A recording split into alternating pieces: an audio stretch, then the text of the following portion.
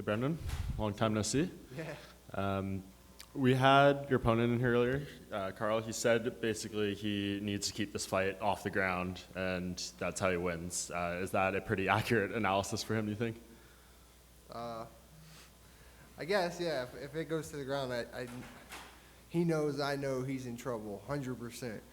And I don't think he can keep me away from there for 3 rounds. I don't think it's even possible for him to keep me from getting him on the ground within 3 rounds. I only need short time on the ground, and I think I can put him away.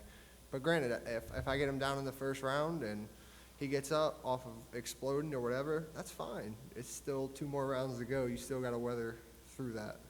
And I know you told me the other day that you think the first round or 2 may be a little competitive, but once it gets late, you think that's when it really opens up for you. 100%. 100%. Awesome. Thank you. Yes, sir. Brandon, right here.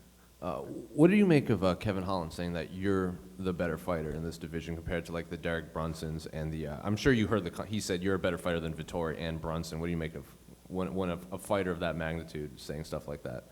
I truly believe that in my heart, that I'm better than a lot of these guys, if not all of them on the roster. I had a setback in the last one. Just slip up on my part, got caught. It is what it is.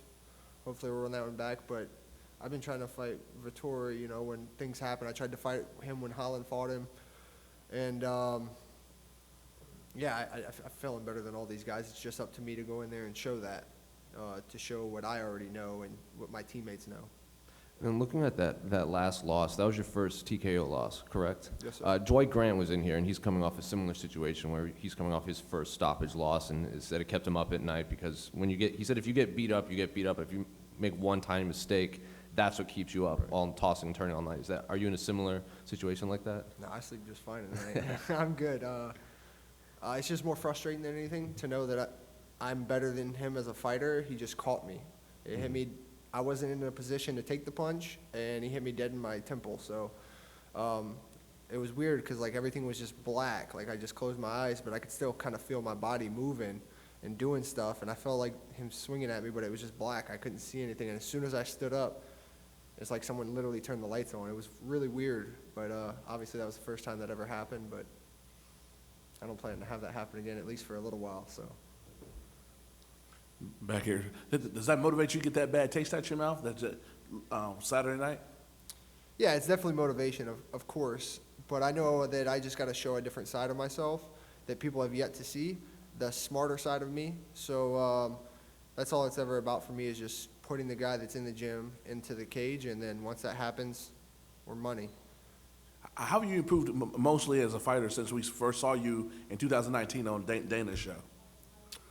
I still feel very like even keel. I feel very go with the flow, but I think the emotions that sometimes surround fighting, I've evolved a lot on and matured on, and I've kind of grown up in this game as a whole. So I'm constantly learning and growing and maturing. So I still think there's a little bit more to go, maybe as far as maturing, but I feel like I've had a little bit of everything happen to me since I've been fighting. So.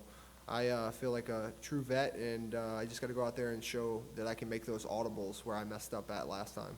Does it mean anything, be having the crowd here, be it that you're used to fighting in that kind of crazy little quiet atmosphere, or does it make any difference at the end of the day? I don't feel it when I'm in there, but I'm really excited for the walkout. I can't say it enough. I'm very excited for the walkout, feel that different vibe, that energy that the fans will bring, and then obviously after, if you hit a big shot or a good finish, having that roar of the crowd, that's going to be it's going to be one that we haven't, hell, no one's felt for a while. So I think it'll be exciting, and it's a great card, and I feel like my fight specifically is a sleeper on the card, so I think it'll be good. What's your walkout song and why you pick it? Oh, my walkout song is going to be Tour de France from my guy, Dirty Sauce Dallas. He's from England. I picked it because it's he's a friend of mine as well, but my really good friend's brother. And he just made it while we were here in Florida. He went back to England already, but yeah, it'll be exciting. He doesn't even know that I'm using it yet. So it's a surprise for him too. Huh? Yeah, you will now, huh?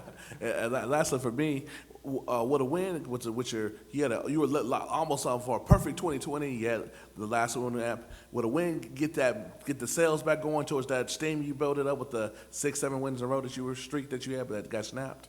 Yes, sir. I definitely believe with a good win over Karl, it puts me right back where I was, which is why I was trying to fight anyone I could right there. Jocko, I was trying to fight as well, but it's like I'm just trying to get right back there.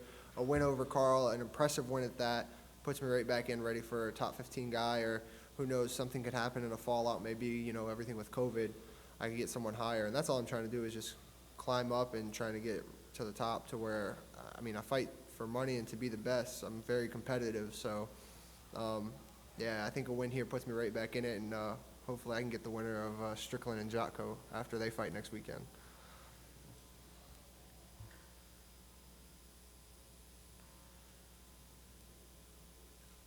Good?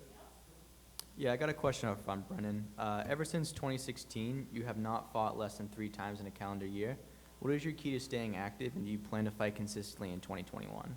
So for 2021, I was actually trying to fight back to like 4 or 5 times a year, maybe 6 even if I could, but now I'm fighting in April, so maybe won't be that much, hopefully 4. But just the reason I was always 3 was financially, and then I just wanted to be home with my family. But I'm ready to just go for it and just get back to where I need to be financially to get to where I can move to Florida and spend all the time with my family instead of being gone so much. But just staying consistent just revolves around health. And last thing from me, I just want to get your thoughts and prediction on the main event on Saturday. Ooh, that's a good one. Man, that's tough. I honestly, I really don't know who is going to win, but I feel like Usman's probably got the best cardio in the UFC, so I think through the duration, if it goes the distance, 100% Usman, but if it's a finish, I think it would be Masvidal on the feet. Thanks, Brennan. Thank you.